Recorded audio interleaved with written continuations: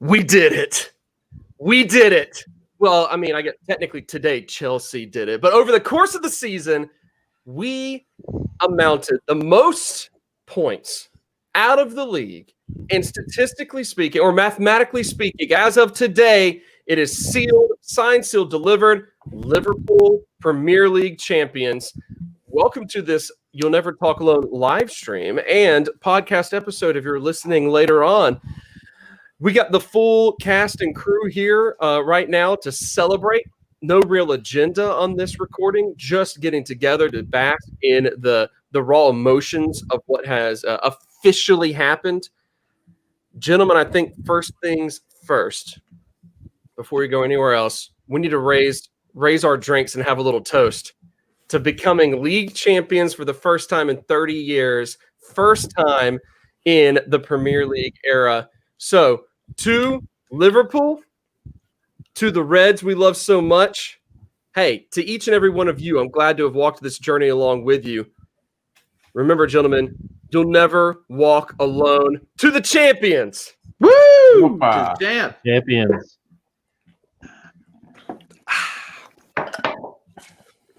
Oh, Yo, we were so well behaved during that intro. you guys did such a good job. Like we had We an were excuse to get rowdy, and we just Oh. let you wax eloquent. It was great. Man, well, get rowdy now. Get rowdy.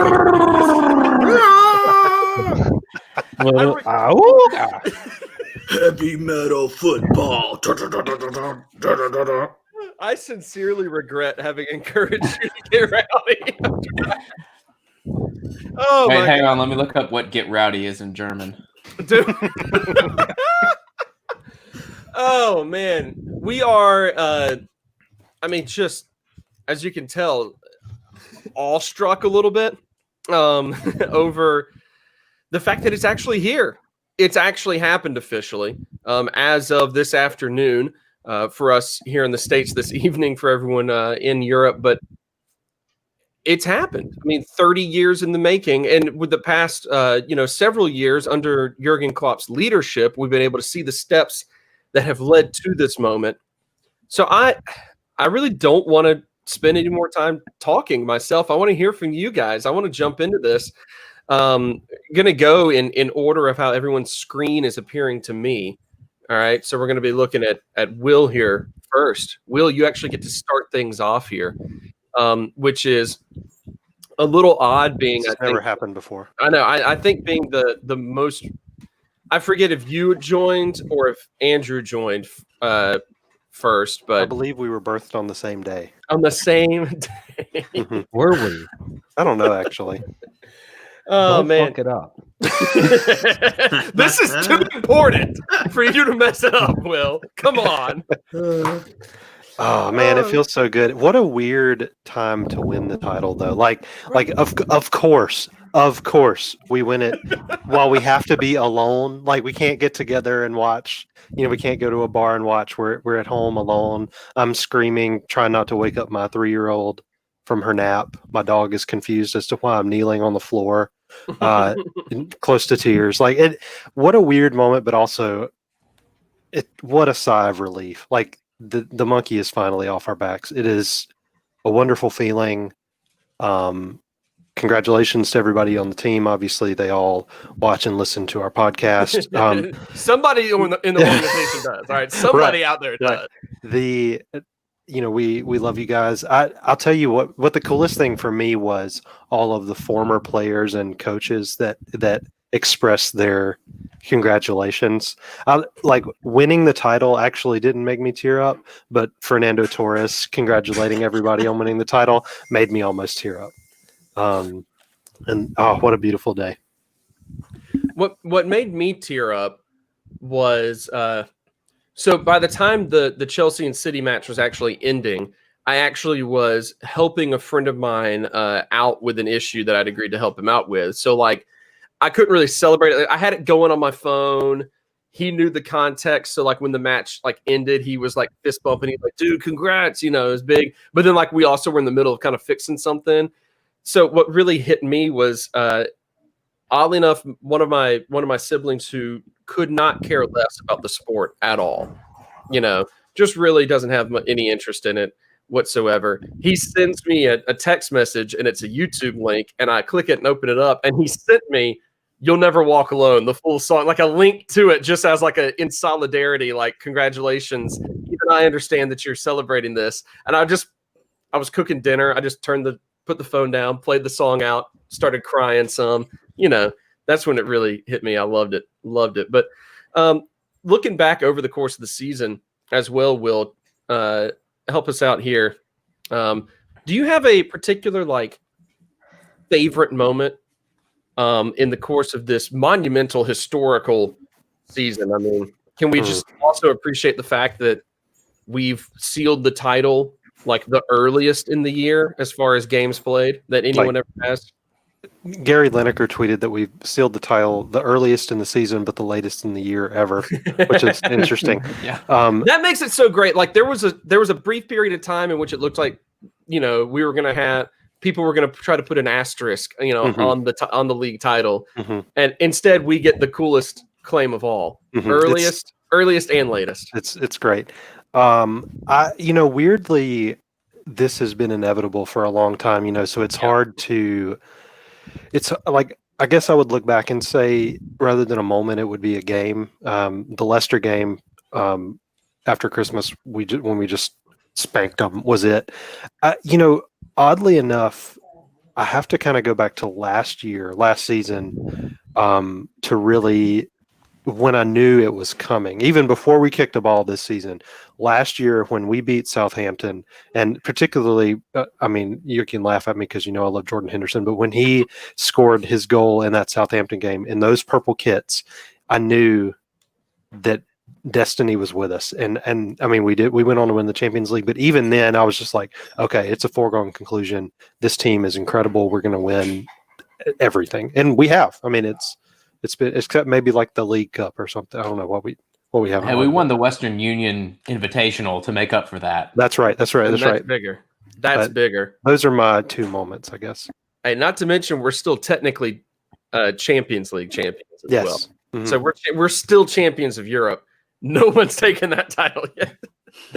Oh, I love it. Yeah, it's cool to see. It was a little over a year ago that most of us were all together, hanging out and watching and celebrating the Champions League title together, and just kind of knowing that the job wasn't done yet. The momentum was still riding out, and it's so good, so good. Alex, how about you, man? How are you feeling? How are you? Has this even registered quite yet with you that this is real? Not really. No. Looking back, when we started this win of this title seemed so improbable that I've always thought about what it would be like to win the league because we've wanted it for so long, but I don't even really have the right words for it, just because it like Will said, it's the Liverpool luck to have to win it and to be by yourself, and to not only that, but be working because it's a Thursday afternoon. So you have to be professional, not 45 seconds after something amazing happened, which is exactly what happened when we beat Barca. So, it just sums up kind of this era of Liverpool. But yeah, I think I feel great that we played the masterstroke of letting Christian Pulisic go to Chelsea because he wanted to join us. He still managed to score for us. The ultimate sleeper agent, man. And Willian, too. Yeah. Yep. And Willian. And so, it's just, I don't even know. I still hadn't really sunk in. It's just being a Liverpool fan has been kind of a solitary experience for so long that it kind of makes sense to be celebrating it alone. Crying in a corner by myself. This time it's tears of joy, though. So terrible explanation, but I still haven't really processed it yet. But hopefully these Trulies help with that. Moment of the season.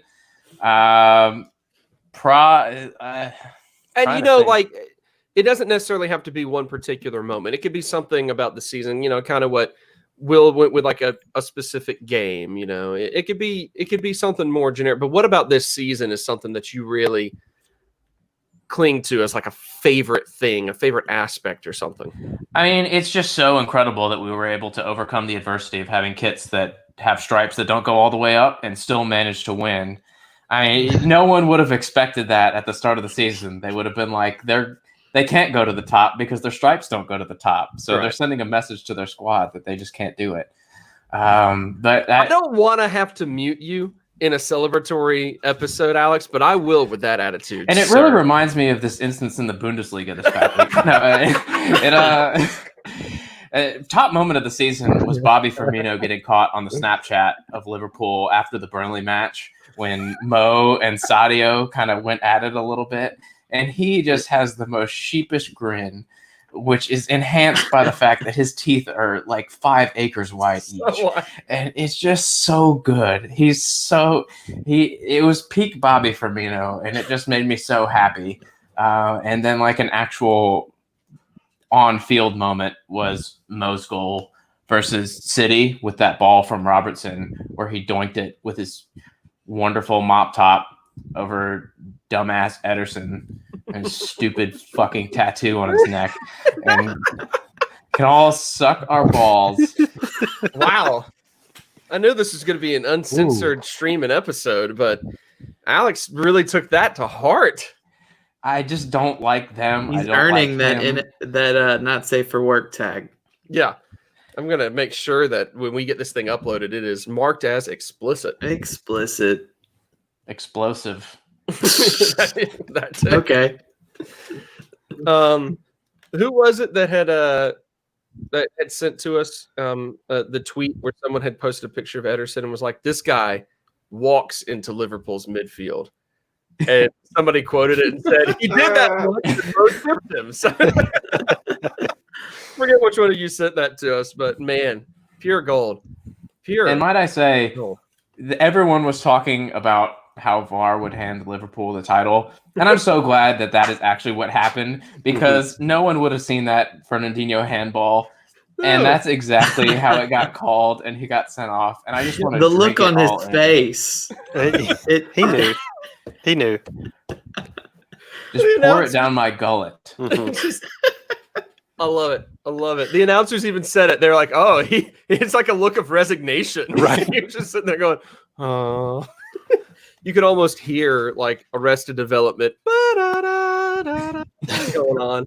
And it's just I had looked away at that point for just a minute. I don't know what I was doing, and I heard Tammy Abraham, not through my TV but through the air, scream from the goal mouth.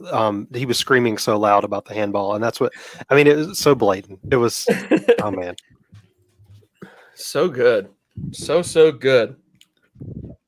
Zach, yeah, my oldest friend here on the podcast. That's a deep cut. It's true though. And it's most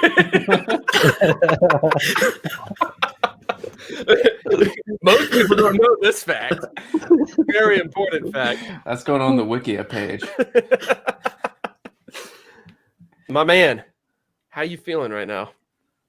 So good, man. It feels like the culmination of a journey, does it not? Yeah. No. Oh, it absolutely does. It absolutely does. I mean, not just like looking back over this season, looking back over the Jurgen Klopp time, but looking back to like the era in which all of us pretty much like started to really become Premier League fans, adopting Liverpool. Most of us can chart it back to like 05 Istanbul as kind of the root of things. Like, what a past 15 years or so. Man. Yeah, you haven't asked me a question yet, but I mean, I've been thinking about this a lot. I asked you how you're feeling. Okay. Well, I ever since the results came in, I've been sort of replaying all of the bits of Liverpool history we've lived through since we became fans immediately post Istanbul in those years. And we've seen like highest of highs and lowest of lows. We've lived through Hodgson and Jovanovic and Konchesky and Poulsen. We've seen we've seen Liverpool be that team, and then we've gotten to watch Klopp come in and just absolutely transform the club, bring in a winning mentality, and this is it, man. We saw the Champions League last season, and now I'm getting all nostalgic on this, man. Mm-hmm. It has a way of doing that to you, like when it's been a long time, when you've been supporting a team that has had this much build up, and then like over the past several years, build up and disappointment, going up and down. Yeah, it gets to you a little bit. Gets to you. Zach, is anything about this season something that you're really gonna, being the resident historian here, is there something that you're gonna look back on, you think, in a few years and really remember this season for? I'll tell you the moment when I started to believe was Fabinho's banger in the City game. And of course, like as the rest of that match played out, that really cemented the thought that this is the real deal. But with his goal in that match, it was just such an emotional goal and a sort of a statement that's when I started to believe. And I thought it was really fitting that in this win against Palace, we saw a very similar goal from Fabinho, just another thunder bastard. It made me think back to that moment when I really started to believe it was going to happen. Powerful, like a Fabinho right-footed blast from 30 yards out. Love it. Andrew, I hate to get to you last in the order of things. Sometimes you got to save the best for last. Exactly. At the same time, I know that like the command you have over like rounding things out, signing things off, if you will. You're a natural at it. You got the skill. Tell us, how are you feeling? How are you celebrating this? First off, I'm not sure if the skill's going to show up. I've had a few here. That shot made my tummy hurt a little bit, guys. Can we start referring to like taking a shot of something as just a Fabinho from here on out? Yeah. We've had a couple Fabinhos, it's starting to hit me.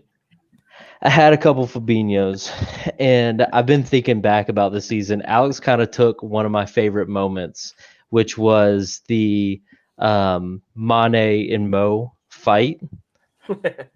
And then Milner replies with a picture of Mane angry on the bench and says he's just mad that the manager didn't sub me in.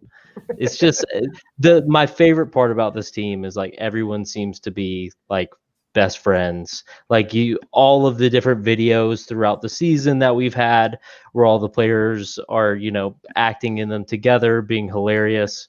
That GIF of Bobby laughing at his phone, switching to Man City losing all the time is just like, there's so many moments like that in this season that you can't forget about. I mean, the kids playing in the FA Cup and beating Everton, Right. on beating Arsenal on penalties. Like those games are just like, it just really shows like what this team is about. It's like, doesn't matter who plays, who we're playing, what day it is, like everyone is out to win. And that's how it's been the entire season. It's been amazing to watch. It's been, I think, one of the funniest things I've ever seen in like following sports is the fact that our youth academy kept accidentally winning. Yeah. Pissing off Klopp. Yeah. Like, well, I guess we got to play again. I forgot about that. That's funny. It just is so funny. Like this team was so good this year that even when we were trying to not succeed, or not trying to not succeed, but not really like putting forth the effort, we still were winning things, still succeeding. Yeah. Even the comeback didn't stop us. I think we played Chelsea with the kids and ended up losing. Maybe that was it. But Mhm. like, even going into that game, I was like, they're gonna win. Like, there's no way we lose. Like, it doesn't matter who we play, we're gonna win the game. That's how it felt every single week. The sheer amount of just confidence and hope that this squad, the senior team, the youngsters, the up and comers, all of that, like the amount of confidence and hope, we haven't had that in a long time. I mean, we've had a lot of pessimism. The other day, when the league came back, I was watching at a bar in town, the Tottenham and United match, and I was just happy to be out. You know, I was happy to be. I stay at a bar. It was at there were like 4 people there, so I was happy to sit far enough away from people to feel safe, and then also be able to watch soccer again. And we're just hanging out, and I made a comment. They're all United fans. I made a comment about how I hated the fact that Everton, Palace, and City were the first 3 matches back. And this one guy goes, "Man, you are speaking like such a Liverpool fan right now." Somehow thinking that like you won't win the league or something. I was like, I'm not thinking we won't win the league. I just know how things go for us. And this was the season where we kind of got to buck that trend just a little bit, you know? I mean, think about all of the matches that we've gone through doing match previews and how many times we've said 2-1. Just because like we really wanted to win, but like we were always like, we could lose. Like, Yeah, right. Yep. Oh man. I'll tell you what, if I had a kind of a favorite thing from this season, it's kind of the full emergence of Trent Alexander-Arnold as a player. Because this was the season in which he kind of really, it didn't just become like, he kind of got on the scene with the whole Barcelona quick corner type of thing, right? Like he got attention for that, but it didn't really highlight how crucial and quintessential he is as a player. This season has. And I think one of the reasons I like that so much is because it really shows where we are now versus when Jurgen Klopp took over and his plan for things. And the fact that it was never just like, I'm going to come in and we're going to drop hundreds of millions of pounds on buying, this guy. Like, he had a long-term plan for, this is how we're going to put pieces together. This is how we're going to develop some youth players that we need. This is how we're going to make a transfer or 2 at most and frustrate these idiot Americans that do a podcast and keep thinking we need to be making more moves than we actually do. He had a plan, and we're seeing the results of it. And the result of it is being not just champions, but I mean, best team in the world, being just record-breaking champions. It's outstanding to see. And I think that Trent is really where you kind of see that epitomized in the fact that he has gone from, this kid from Merseyside who now is one of the most important players on such a massive team at 21 years old? 11 years old. Yeah, at 9 years old. It's incredible. In Klopp we trust, I guess is kind of the point I'm really making when it comes to talking about Trent. But hey, how about over the Klopp era? What's something over the entirety of the Klopp era so far that you really hold on to as like a special thing? Because there's a lot of them already. The man has already done so much for the club and so much for us as fans. Is there anything that you look back on over the past, 5 years now since he joined? Or 4 years, I forget. And look at it and just go, like, someday I'm going to be telling my kids about, this stuff he pulled off as a manager when I'm trying to teach my kids how to really appreciate the sport in the same way. Is there anything that comes to mind? I'm going to open this up to anyone that might have something already in mind instead of just calling out. I've got one. Do it, Zach. Go. How about when we lost Coutinho and got better? Like that, we lost our best player, or so he was perceived, the engine for the entire team. It was this perceived defeat, a sign that maybe the Klopp revolution at Liverpool wasn't working. And Klopp stared that down and said, "Not today. We're going to get better." And we did, and we were. And we show no real signs of stopping Yeah. either, which is just. And even now more he's amazing. like, "Hey guys, can I come back and get in on this a little bit?" I Right. mean, you couldn't write a better script than that. You really couldn't. I mean, and there were times I feel like where we all kind of, not really like Jurgen's fault, but more so just kind of the fault of how things have gone in the past several All our years. stars, if you will. Yeah, I mean, we just. God, Alex, you really want me to kick you out of this show, don't you? It's all you really want. I'm happy, all right. Giddy Alex might Are be you my in the least dark favorite. right now? Yeah, there was a lot of natural light when this started, and that it turns out the sun setting kind of does away with a lot of natural light. It's a strong theory. More to come at Turns 11. out, Yeah. You're going to try to tell us that the earth is round in a minute here, you douche. Hey, I've watched The Floor is Lava on Netflix. I know that the earth is flat. Oh, good Lord. oh, Anyway, I got that. I started watching that. I That's haven't, awful. so thanks.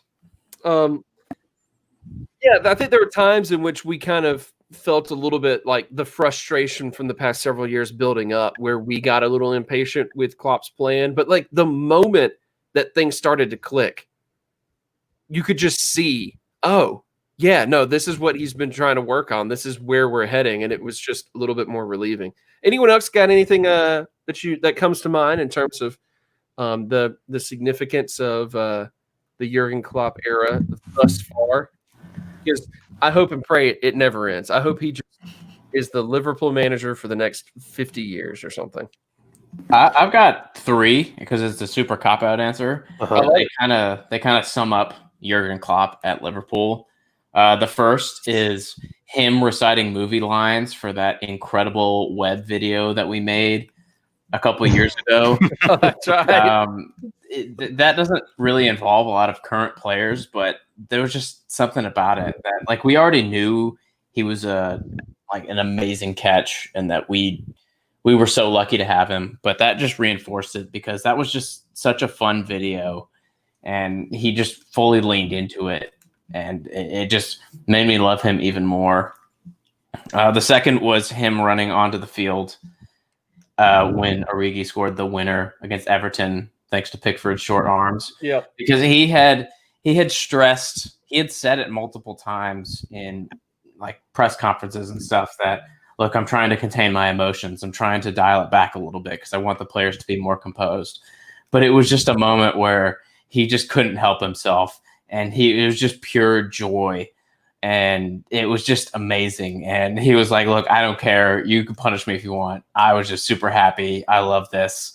And he ran to Alisson, of all players, which I love even more, as it was kind of a symbol of him. And we'd had so many discussions about our goalkeepers over the past, 4 years before that. And for him, it was just kind of a perfect moment of, this problem is done. Our problems are relatively done. This is just a moment where we're going forward and things are going right for us. This kind of thing would have happened to us before.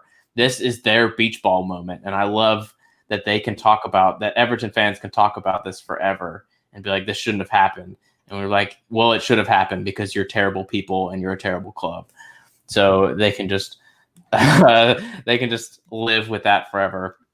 And then the third moment is the one, because Joseph, you mentioned where your sibling who wasn't really affiliated with the club sent you "You'll Never Walk Alone." And that's when it really kind of sunk in and you broke down a little bit. But watching him give that Zoom interview to Sky Sports, I think it was, afterwards, and he was just in tears. It was just something that was like, this man who is an outsider but also fits so well with this club. He's fully bought in.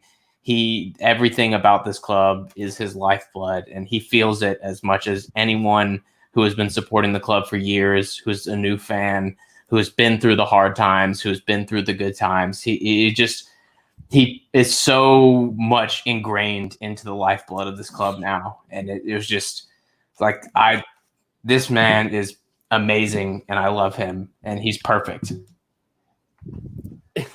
He is. Well, I didn't expect you to like be penning a love letter to him, but halfway through that, it's really what it turned into. It's kind of I like emotional. Kind of emotional.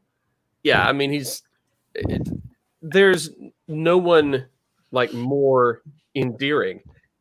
You know, like we've had the personalities over the past few years of, you know, a Jose Mourinho who's just unbearable. And like even like the fans of teams he manages can't like him, you know, as a manager because that's just who he is. You know, we've had the Pep Guardiolas who are brilliant but robots. So it's like, how do you really enjoy this guy outside of, oh, he's, you know, tactically good, that sort of thing. Now you've got a guy who's not just tactically good, but just loves hugging his team and just like getting into it. Like it's just there's no one more endearing. Like my wife, who could not care less about sports, like thinks Jurgen Klopp is just the funniest human being because he's just this like goofy, happy, like awkward man. And it's great. You know, he's an endearing guy. He really is. Will, Andrew, either of you got something you want to tack on real quick? It's like a collective of just his celebrations, like just the ability. I mean, most coaches celebrate at least a little bit, right? And like some of them go over the top, but like even from, I forget who he drew against, maybe like, was it Watford? No, that doesn't sound right. Anyway, the game Brom. West Brom. That was it. Yeah, when we drew against West Brom, and he did they held hands and cheered the away end, and that was kind of weird. But even then, like you could tell he got it, and like even through his explanations after the game, like just the passion that he showed, and like clearly how much his players love and respect him is something that's really stuck with me. I look back to, I think it was maybe his second year in charge. We played Arsenal, and I believe Mane scored, and they all bum rushed Klopp, and like his glasses broke, and like everybody dogpiled him basically. Like such a cool celebration. Like I think about that one. I think about him running to midfield to like jump on Allison. It's just, there's so many instances of him just being a conduit of emotion from the fans. You know, and it's. I don't know. I respect that a lot. Just somebody that's, like you said, not a robot that just can plug right in, and he's a perfect fit. He is. I was looking through photos and videos and stuff from 2016 when me, Alex, Zach, Andrew, we all went to St. Louis, caught the preseason stuff there, the summertime stuff there, and I'd forgotten that in the middle of the training session, he was taking corners when the team was practicing corners. He was the one who was sending corners in so that they would practice that stuff. And I thought that was just really funny to see him just kind of being like, yep, here you go. And just launching him in there. Andrew, what you got, man? I want to say I've got videos of the corner taking. So if anyone wants it, hit me in the DMs. You see Klopp taking corners.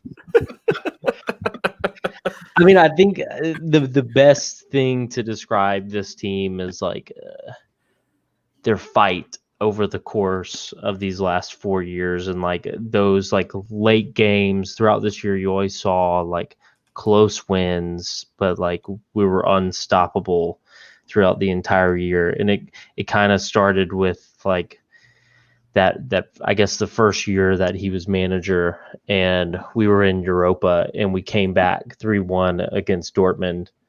Lovren scored in that game, right? To win it. But we came back to win that game, and it was like it was just like the fight of the team. You saw how they really want to follow Klopp and how they really want to like they really care more than a lot of other players and a lot of other teams that you see. Like if we lose, this team like can't take it.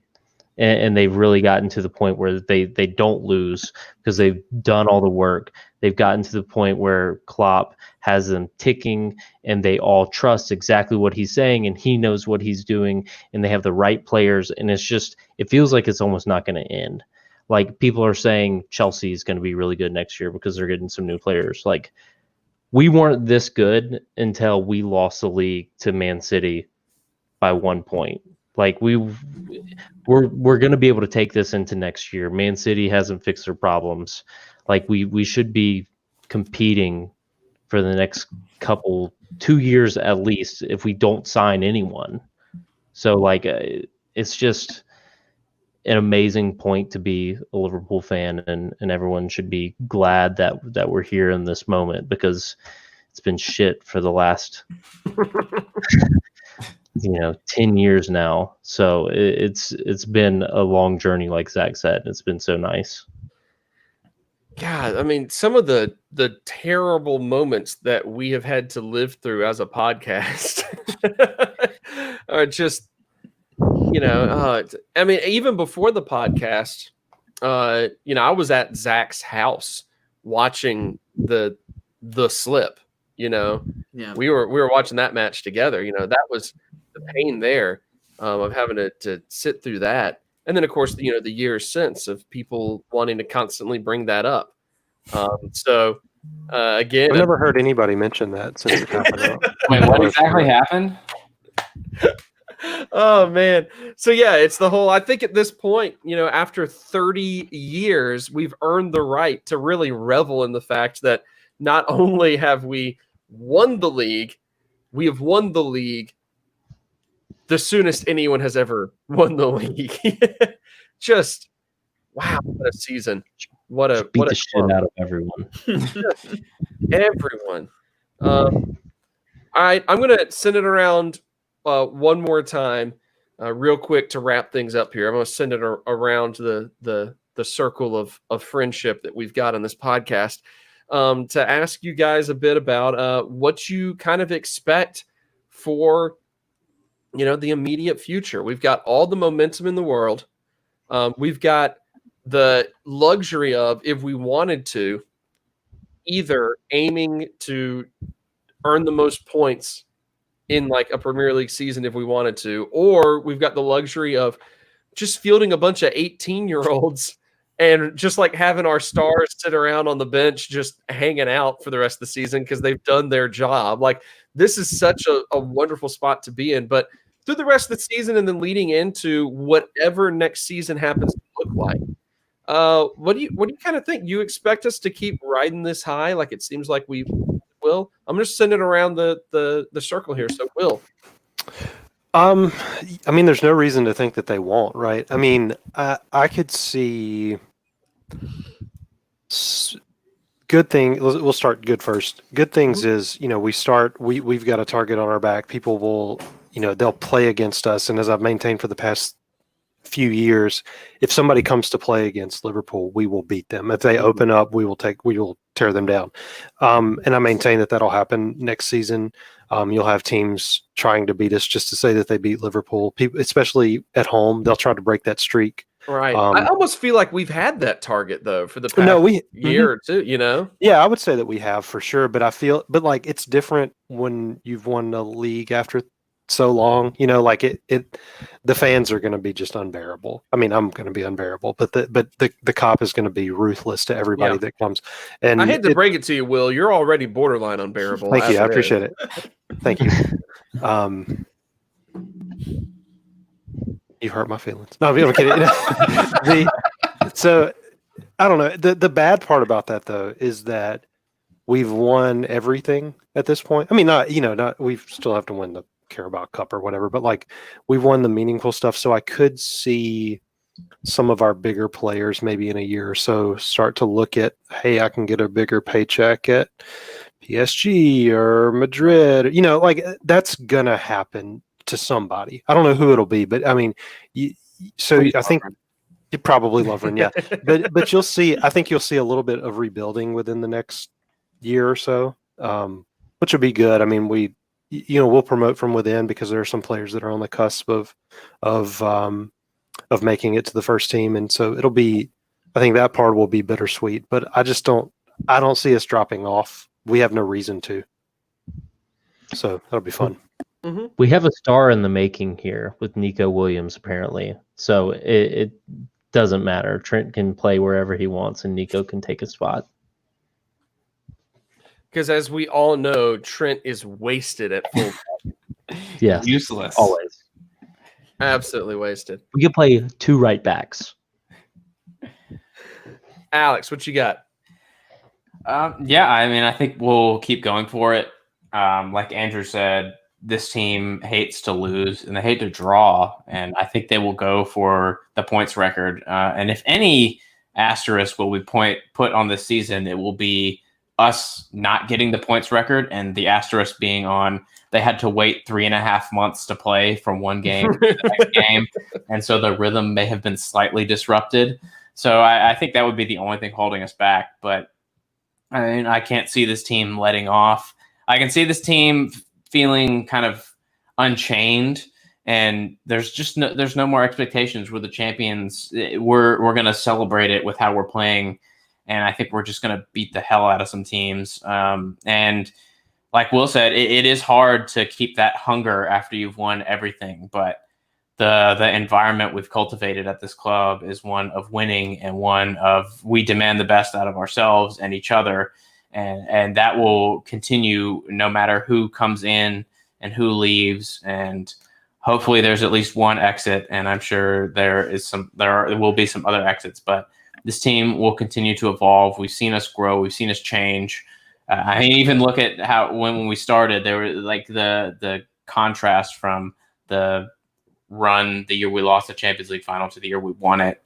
Just we know how to evolve and become a team that can be unbeatable. So I'm looking forward to see what this team does. I'm looking forward to the trophy lift. I'm looking forward to the Hendo shuffle, and I'm just looking forward to everything.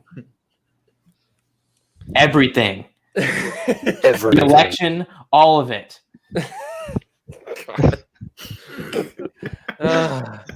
Alex, I thought you said the election at first. I did. Is that not what he said? yeah. Oh, was is it. that what that's what he said? Yeah. I said I'm looking forward to everything, Zach. And then I realized what that meant. Oh, wait, what? Okay. Whoops. Oh man, I really should have kicked Alex out a long time ago. Zach, how about you, man? Looking forward to the future. What you? Yeah, I am. No,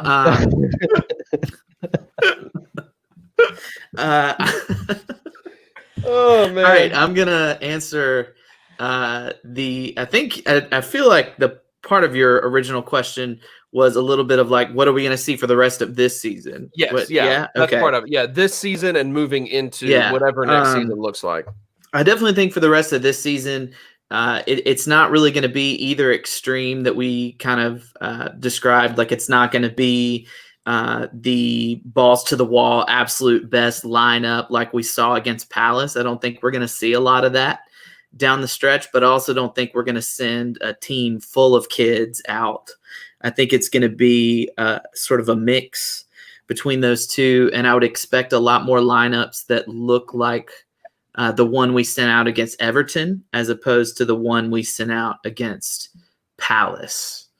And then we'll kind of see where we end up and how many records we can break. Now against City, though, our immediate next fixture, I am kind of wondering if we send the best guys out there just because it's the biggest fixture in England. So also, that we'll have a guard of honor. That's real fun. right. Although it would be a nice big FU to send out the kids Hey, for the that's what I guard of was honor. thinking. It would be the ultimate dig to just send out, like, what's his name? Leighton Clarkson, start him up top. Right. Can't even drive yet. Can't play at night because of child labor laws. Like, Quavim Keller in there at goal. no, and striker. It's right. Why not? Throw him out there. Yeah, but for next season, I mean, I kind of agree with everything that's been said. I'm not expecting any sort of major, drop off. I think we will absolutely be in the title picture again, and we're the team to beat. And I think everyone in the league knows that. I think we'll see sort of a refocus on the Champions League. I think, our crash out of that, we didn't have too long to process that, because almost immediately after that happened, the pandemic concern got really serious, and we started asking questions about the league and what was going to happen. And it allowed us to forget really quickly kind of the disappointing way we crashed out of Europe. So I would kind of expect to see like a refocus on Europe next season. But yeah, I'm optimistic and excited for the future. Yeah, I still wonder what exactly Champions League is going to look like and how they're going to, resolve that exactly, because we really haven't heard a huge amount of it. The focus has really entirely been, okay, let's try to get the domestic leagues wrapped up. Allegedly, they're going to do it in August, right? Like that's Is that that's final. It's a it's like a tournament. Tournament. Oh, they did say that? Yeah, so Atalanta's Oh. going to win it. It's gonna, it's gonna be weird. You should look it up. It's actually kind of like March Madness setup. It's gonna be fun. It'll be awesome. It's going to be really good for teams that are really deep, like Yeah. Man City, who can play like 10 different teams. I was going Yeah. to say, if it's like March Madness, man, I'm going to be finding whatever mid-major club it is in there. I'm going to bet on them to make a push. If Man City wins, we should put an asterisk on their win. Oh, 100%. No yeah. question. I kind of feel like though, Simeone had a point where they beat the champions, so they should be crowned the Champions League winners. So I mean, I'd be fine with that. The season's kind of over for me. I'm fine. Yeah. We'll just call it. I'm done. I'm done. It was interesting how, like, not even with the whole Liverpool being able to, like, win the league title type of thing in the forefront of my mind, just, like, finishing the domestic seasons really seemed far more important than trying to figure out how to wrap up the Champions League in a timely manner. It just did. Like, it just kind of put it in perspective of, like, okay, the Champions League is, like, it's wonderful. Like, when you're doing well in it, it's all that. But, like, the domestic seasons need to be kind of finished up first and foremost. Andrew, looking ahead, what do you see in that crystal ball that you keep right above your head there, and they're right above where the camera's picking up, and you look into that crystal ball? It's like a light bulb going off. Like I said earlier, like Alex repeated, and I'm repeating again, this team does not like to lose. Like, we're gonna win every game from here on out. Like, think about it. Like, we could play the kids, but also we have, in between the end of the league, we're gonna have, like, I don't know, they'll probably push it back maybe a month and a half in between the two seasons. Like, this team's going to want to win everything they can and try to go down in history as one of the best teams in the league. That's my opinion. I don't know why they wouldn't. Like, people could talk about this team forever. I mean, they already will, based off of just the weird fucking year it's been. You're right. But people could talk about this team literally forever with how many points they could score. I don't know how another team would beat 107 points in a season. It's insane. Like, it's a 99% perfect season. So we're gonna go out and win, and the train's gonna keep on rolling. That's for sure. Next year, train's gonna keep rolling. I don't care. I haven't even had time to think about next year. I'm just no, it doesn't matter. It just doesn't matter. the league. It's just so exciting. It's so good. It's so good. Yeah, I really hope that, like, what the team has accomplished doesn't get lost in the narrative of how COVID affected this season. And that's why I think it's so important that the league did actually try to have a full resolution and not just call it early or something like that, because then somebody would be trying to put that asterisk on top of, what's being done. No, now we get to say this is a fully legitimate, like no questions at all, finish to the year and a title and a championship. The only question now is just like how many points do we end up with? How many more records could we smash? That's just amazing, significant stuff. And it has been so good to revel in the glory of it for the past 50 minutes with you gentlemen. It has been at times exhausting to be a fan and try to do this podcast over the years. I mean that in that it's been exhausting to have to deal with the four of you over the the years. That's what I meant specifically. It has been there's been times as a fan in which like the heartbreak has just been very, very strong. But that's what makes these moments here so much better. It's so much sweeter knowing the valleys that we've, had to traverse, and being able to then on the other side of it, gather together virtually, of course, but gather together and celebrate the victories together. So, gentlemen, I'm glad to have been on this championship ride with you guys in the process. Gold star for all of us. Not you, Alex. You did everyone but you. You could have muted me at any time. You did nothing to deserve a gold star. Nothing. You know who has several gold stars? Bayern Munich above their crest. I swear to God. I swear. Alex. This was supposed to be a nice moment. It was. Thanks for ruining it. Hey, speaking of nice moments, I think it's time that we go ahead and sign off on the celebratory podcast and celebratory stream. Thank you, Will, Alex, Zach, Joseph Craven. Hey, Andrew Ainsworth. As a champion of the Premier League, because all of us are actually champions. That's how this works. It's the transitive property of championship. But as a Premier League champion, why don't you sign us off, sir? When you walk through a storm, hold your head up high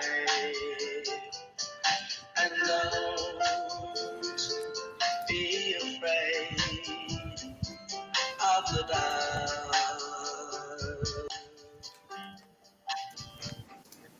At the end,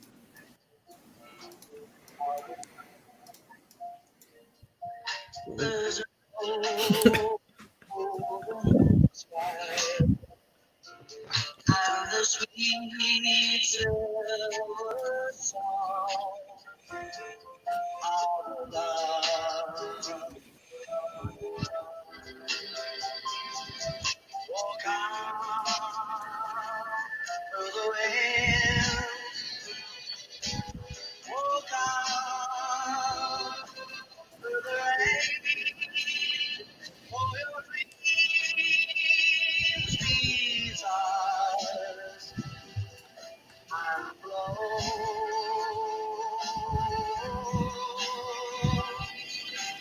Walk on, walk on, with all in your heart,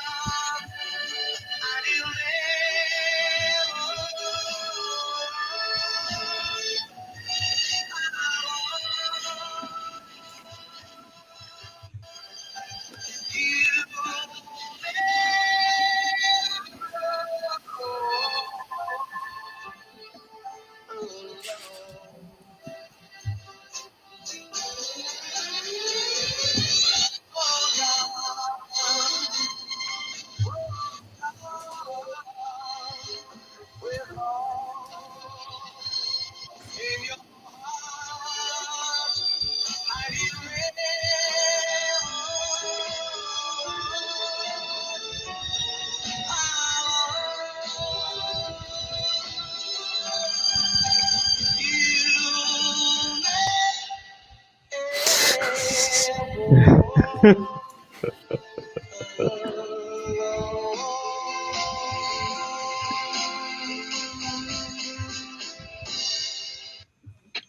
I would swallow my pride.